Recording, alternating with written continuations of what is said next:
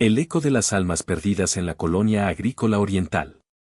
En las sombras del distrito de la colonia agrícola oriental de la Ciudad de México, donde la vibrante vida moderna se entrelaza con vestigios de antaño, se esconde un secreto que ha perdurado durante siglos. La atmósfera de este vecindario, apartado del bullicio turístico y comercial de la capital, destila una quietud casi sepulcral. No es el silencio habitual de un lugar deshabitado, sino uno impregnado de una presencia indescriptible, como si las paredes mismas murmuraran sobre los horrores que transitaron por allí. A medida que la noche desciende sobre el asfalto desgastado de las calles, una neblina gris parece emanar de los alrededores, cubriendo los edificios de ladrillo con una capa gélida. Las casas, de aspecto antaño modesto pero robusto, se erigen como siluetas espectrales contra el cielo estrellado. Pero lo que pocos saben es que estas estructuras ocultan una historia que desafía la lógica, una historia en la que los muertos, mucho más que simples sombras, aún caminan entre los vivos. La leyenda comienza en el siglo XIX, cuando la zona era una vasta extensión de tierras agrícolas, mucho antes de que la expansión urbana tocara sus fronteras. En esos días, el lugar estaba marcado por una construcción monumental, un antiguo rancho que pertenecía a la familia Velasco, quienes, según los rumores, eran descendientes de una línea de aristócratas venidos de Europa. Esta familia, aunque poseía una considerable fortuna, se vio acosada por un destino fatalista, pues pronto comenzaron a suceder extraños sucesos que desataron una serie de tragedias. Fue el último patriarca de la familia, don Esteban Velasco, quien, influenciado por oscuros intereses y prácticas arcánicas, comenzó a experimentar con los límites entre la vida y la muerte.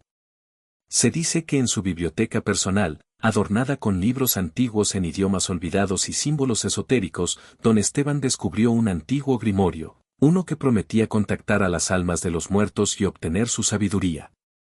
Con el tiempo, sus obsesiones lo llevaron a realizar rituales secretos en la oscuridad de su mansión, convencido de que el conocimiento prohibido lo haría inmortal.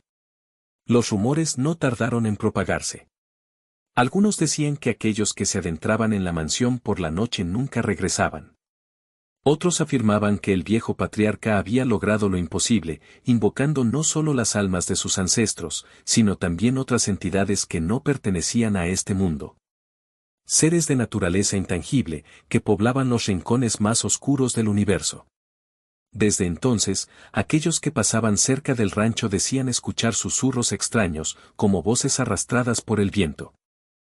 La familia Velasco desapareció sin dejar rastro en una noche lluviosa de 1887. Nadie sabe si fue el resultado de un maleficio, de un juicio divino o de una fuerza más allá de lo comprensible. Sin embargo, los vestigios de la mansión permanecieron como testigos mudos de lo que había ocurrido. La construcción fue abandonada, pero las almas atrapadas en ella nunca se fueron. Décadas después, en la década de 1920, la colonia agrícola oriental comenzó a poblarse, y las antiguas tierras agrícolas fueron divididas en lotes más pequeños para viviendas. A pesar de los esfuerzos por transformar el área en un lugar próspero, algo seguía afectando a los nuevos habitantes. Varios de ellos reportaron fenómenos extraños, luces parpadeantes en las casas cercanas a la antigua mansión, objetos que se movían sin explicación y figuras vagamente humanas que se deslizaban por las calles desiertas en la oscuridad de la noche. Pero fue en los años 50 cuando los sucesos alcanzaron una dimensión verdaderamente aterradora. Durante ese tiempo, un joven estudiante de arqueología llamado Alfredo Martínez, quien se encontraba realizando una investigación sobre la historia de la colonia, decidió adentrarse en el terreno de la mansión desmoronada. Alfredo, atraído por las historias de la familia Velasco y sus prácticas oscuras, no imaginaba que su curiosidad lo llevaría a un destino que lo cambiaría para siempre. Una tarde, mientras recorría los pasillos ya casi destruidos de la mansión, Alfredo encontró un viejo diario escondido entre las paredes. El cuaderno pertenecía a uno de los sirvientes de la familia, quien relataba con horror los últimos días de la familia Velasco. En sus páginas, el sirviente hablaba de rituales cada vez más perturbadores, de puertas que se abrían a lugares desconocidos y de seres que cruzaban el umbral, buscando escapar de su cautiverio. «Ellos no están muertos», escribió el sirviente. «Sus almas están atrapadas en las ruinas, condenadas a caminar entre los vivos». El eco de su sufrimiento persiste, y si uno se acerca lo suficiente, podrá escucharlos.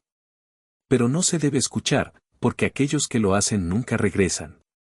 Esa noche, Alfredo, empapado en el horror de las palabras, regresó a su hogar, pero algo dentro de él había cambiado.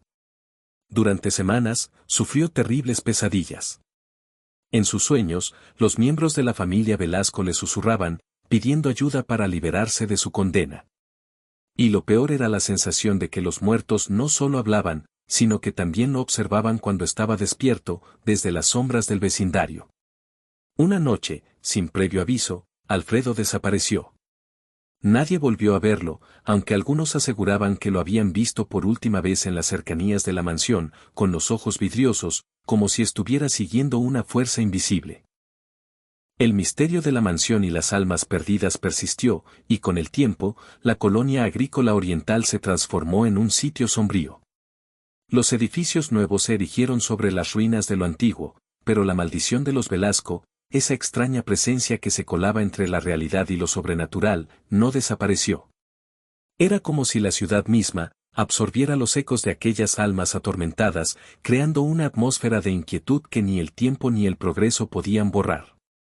Los ecos del pasado parecen arrastrarse por las calles de la colonia agrícola oriental, como susurros que se mezclan con el viento, invisibles pero omnipresentes. En las semanas siguientes a la desaparición de Alfredo Martínez, los rumores se extendieron como un veneno a través de los pasillos de la colonia. Nadie hablaba abiertamente del asunto, pero todos sentían la presencia de algo extraño. Las noches, antes tranquilas, se volvían más oscuras, como si el cielo mismo hubiera absorbido la luz del sol y todo quedara envuelto en una neblina constante. Los habitantes de la colonia comenzaron a ver señales extrañas. Algunos reportaron luces que titilaban en las ventanas de la mansión abandonada, incluso cuando nadie se encontraba cerca. Otros mencionaban haber escuchado el sonido de pasos a altas horas de la noche, seguidos de susurros que emergían de los rincones, palabras incomprensibles que se desvanecían en la brisa. Aquellos que habían osado acercarse al terreno desolado de la mansión aseguraban que, en ciertas noches, las sombras de los árboles parecían moverse por su propia voluntad, como si fueran más que simples formas vegetales. Una mañana, un grupo de vecinos se reunió frente a la vieja casa de la familia Velasco. Entre ellos estaba Víctor, un joven periodista con la mirada escéptica de aquellos que buscan una explicación lógica a todo lo sobrenatural. Se había interesado en los extraños sucesos de la colonia, decidido a desmentir las leyendas locales que tan fácilmente habían atrapado las mentes de los habitantes. No podemos quedarnos con las manos cruzadas, dijo Víctor, tomando la palabra ante el grupo, mientras miraba las ruinas del rancho. Hay una explicación racional para todo esto, y vamos a encontrarla. Pero, aunque sus palabras sonaban llenas de confianza, la tensión era palpable. Aquel terreno desolado emanaba algo que desconcertaba incluso al más racional de los hombres. Víctor decidió adentrarse en la mansión una tarde, acompañado de un par de amigos que, aunque menos decididos, no pudieron evitar la curiosidad. El interior de la mansión, cubierto por la maleza y las paredes agrietadas, estaba sumido en un silencio sepulcral. Al principio, todo parecía normal, más allá del aire pesado y húmedo que lo envolvía. Los muebles cubiertos por sábanas blancas, las puertas cerradas con candados oxidados, y el polvo que cubría cada rincón daban la impresión de que el tiempo había detenido su marcha en ese lugar. Pero conforme avanzaban por los pasillos oscuros, una sensación extraña se fue apoderando de ellos. Víctor no pudo evitar mirar por encima de su hombro, sintiendo como si los ojos invisibles de los antiguos habitantes lo estuvieran observando. El aire parecía volverse más denso a medida que avanzaban, como si una fuerza desconocida los estuviera arrastrando hacia algo más. Fue en el salón principal donde el horror se manifestó por primera vez. Allí, en el centro de la sala, una antigua chimenea, oscurecida por el paso del tiempo, se mantenía intacta. Sin embargo, en sus márgenes, algo indescriptible empezó a formarse. Unas figuras borrosas, como sombras flotantes, comenzaron a deslizarse por las paredes, hasta que se materializaron parcialmente en figuras humanas, cuyos rostros distorsionados parecían desvanecerse constantemente, como si no pudieran sostener su propia existencia. El primer grito fue de Eduardo, uno de los acompañantes de Víctor, quien cayó al suelo, temblando. «Dios mío. Están aquí», gritó Eduardo, señalando hacia las figuras desvanecidas. Víctor, intentando mantener la compostura, miró hacia el suelo, buscando alguna explicación lógica. Pero lo que vio lo dejó sin palabras, las huellas de pies descalzos, no solo en el polvo, sino también en la humedad que comenzaba a emanar del suelo, como si las sombras mismas estuvieran imbuyendo el ambiente con su presencia. De pronto, los murmullos llenaron el aire. No eran voces claras, sino sonidos inarticulados, como si un coro de almas atrapadas estuviera hablando desde una distancia infinita. Las figuras empezaron a moverse hacia ellos, deslizándose suavemente sobre el suelo. Víctor pudo distinguir algunas de las palabras susurradas. «Ayúdanos. Nosotros no debemos estar aquí. No debemos». Víctor intentó retroceder, pero sus pies parecían clavados al suelo. Algo lo mantenía allí, una fuerza invisible lo atrapaba en su lugar. Los murmullos se intensificaron, y las sombras tomaron forma más definida, manifestándose como los antiguos habitantes de la mansión, pero con la carne descompuesta, los ojos vacíos y los gestos llenos de agonía. Uno de ellos, una figura alta y encorvada, se acercó a Víctor.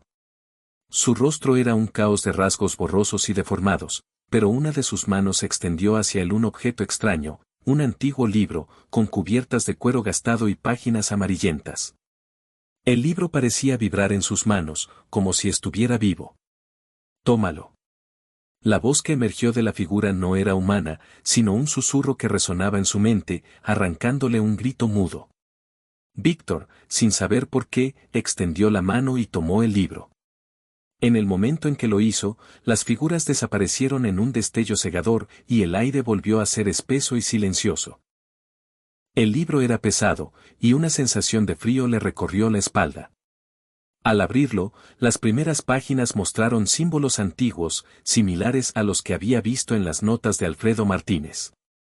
Pero lo más inquietante fue lo que encontró al final del manuscrito, una serie de invocaciones, y una advertencia final que decía: «Aquellos que busquen el conocimiento prohibido deberán pagar el precio. Las almas atrapadas aquí nunca descansarán». El terror que Víctor sintió al leer esas palabras fue indescriptible.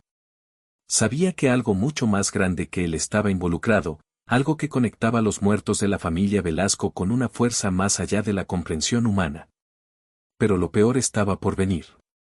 Al mirar atrás, vio que las sombras no solo lo observaban, sino que ahora lo seguían.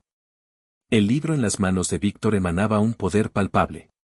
Tan pronto como lo sostuvo, el aire se tornó más pesado, y la luz que penetraba en la mansión pareció volverse turbia, como si el tiempo mismo hubiera sido corrompido por lo que había despertado en ese instante.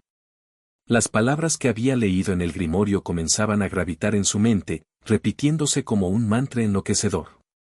Aquellos que busquen el conocimiento prohibido deberán pagar el precio, la advertencia le retumbaba en la cabeza. El conocimiento que había alcanzado, el que Alfredo Martínez había buscado en vano, no era un simple saber. Era un abismo, una puerta que no debía abrirse. Y sin embargo, ahora tenía en sus manos la llave para atravesar esa puerta. Las sombras a su alrededor no desaparecieron. Por el contrario, parecían aumentar en número y densidad. Figuras amorfas emergían lentamente de las paredes, deslizándose con una suavidad que desconcertaba. Los rostros de las almas atrapadas, los de los Velasco y otros, ya no estaban borrosos. Ahora sus facciones eran claras, aunque deformadas por el sufrimiento eterno. Eran seres que ya no pertenecían a este mundo. Los ojos vacíos de estas entidades lo miraban con una mezcla de desesperación y odio. Su hambre por liberarse era tangible, pero el precio de esa liberación era el alma del que los invocara. El murmullante coro de voces creció en intensidad, llenando la mansión con un sonido infernal. De todos los rincones llegaban susurros incomprensibles, una sinfonía macabra de lenguas olvidadas. Los muertos hablaban, pero sus palabras no eran para consolar, sino para maldecir. En cada susurro, Víctor sentía que algo más tomaba posesión de su ser. Te hemos llamado.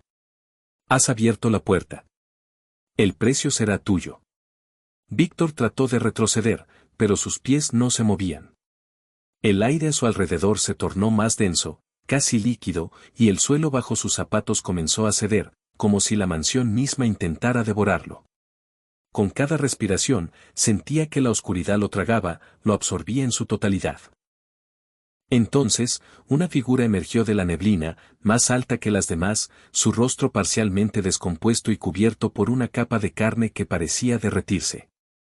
Era el patriarca de la familia Velasco, don Esteban, cuyo rostro distorsionado y sus ojos vacíos mostraban una tristeza infinita. Aunque su cuerpo no poseía la solidez de los vivos, su presencia era inconfundible. Caminó hacia Víctor con un paso firme y pesado, como si su propia esencia se arrastrara tras él, dejando un rastro de oscuridad y desesperación. «Has llegado demasiado lejos». La voz de don Esteban resonó en la mente de Víctor. Era una mezcla de susurros y gritos, como si al mismo tiempo se estuviera desgarrando alrededor de esa entidad. «¿Sabes lo que has hecho? El conocimiento que has desenterrado no es para los vivos». Víctor intentó apartar la mirada, pero no pudo. Algo en la mirada vacía de don Esteban lo mantenía allí, inmóvil. Las sombras de las almas atrapadas se fueron acercando más, como si una fuerza invisible las guiara hacia él, empujándolas a consumir su voluntad. «No», gritó Víctor, tratando de recuperar el control sobre su cuerpo. «No quiero ser parte de esto». Pero las palabras de don Esteban eran irresistibles.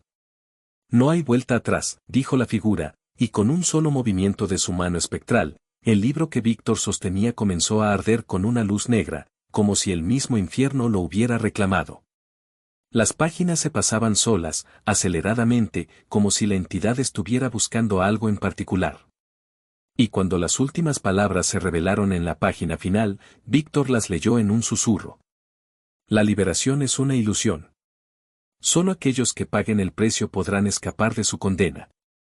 Pero no hay escapatoria. El ciclo nunca termina». En ese instante, algo ocurrió. Un rayo de luz atravesó el salón principal, iluminando la mansión con un brillo cegador. Las sombras comenzaron a agitarse, como si algo las estuviera aplastando desde dentro. Las almas atrapadas gritaban, pero sus voces se distorsionaban, tornándose más caóticas, como si el propio tejido de la realidad se estuviera desgarrando. Víctor intentó cerrar los ojos, pero la luz lo cegó por completo, obligándolo a mirar. En ese momento, entendió. Las almas de los Velasco y las otras entidades no buscaban ser liberadas, eran prisioneras, condenadas a una existencia interminable de sufrimiento. Y él estaba destinado a reemplazarlos, a ser una de esas sombras que caminan eternamente entre los vivos. El libro se desintegró en sus manos, y el último eco de las voces desapareció. Cuando la luz se desvaneció, Víctor ya no estaba en la mansión. El aire a su alrededor estaba opresivo, como si la atmósfera misma estuviera contaminada. El sonido de las voces, sin embargo, persistía, susurrando desde cada rincón. Las sombras continuaban ahí, presentes, observando, esperando. En ese momento, Víctor comprendió que la colonia agrícola oriental no era solo un lugar, sino un umbral, una zona liminal entre el mundo de los vivos y el de los muertos. Las almas atrapadas no buscaban venganza, sino compañía. Estaban condenadas a caminar eternamente, pero ahora él también lo estaba. El ciclo se había cumplido, y el precio ya había sido pagado. A lo lejos, en la penumbra, el contorno de una figura humana emergió de la neblina. Era Alfredo Martínez, cuyo rostro estaba marcado por el horror de aquellos que habían tocado el abismo. No estaba vivo, pero tampoco muerto. Su mirada vacía se posó sobre Víctor, y sin decir palabra alguna, simplemente comenzó a caminar hacia él, invitándolo a seguir.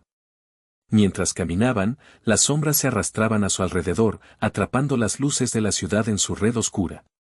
Las calles de la colonia ya no parecían humanas, las casas se alzaban como tumbas vivientes, sus paredes susurrando historias de almas perdidas, de hombres y mujeres que, al igual que Víctor, habían intentado desentrañar lo desconocido. La realidad misma se desvaneció, y en su lugar, Víctor quedó atrapado en un mundo que ya no era suyo. Su grito, si es que aún podía emitir uno, se perdió entre los susurros de las almas que lo rodeaban. La mansión había desaparecido, pero el ciclo, como todo ciclo de horror cósmico, nunca se detenía. El conocimiento era un veneno, y ahora Víctor era su última víctima.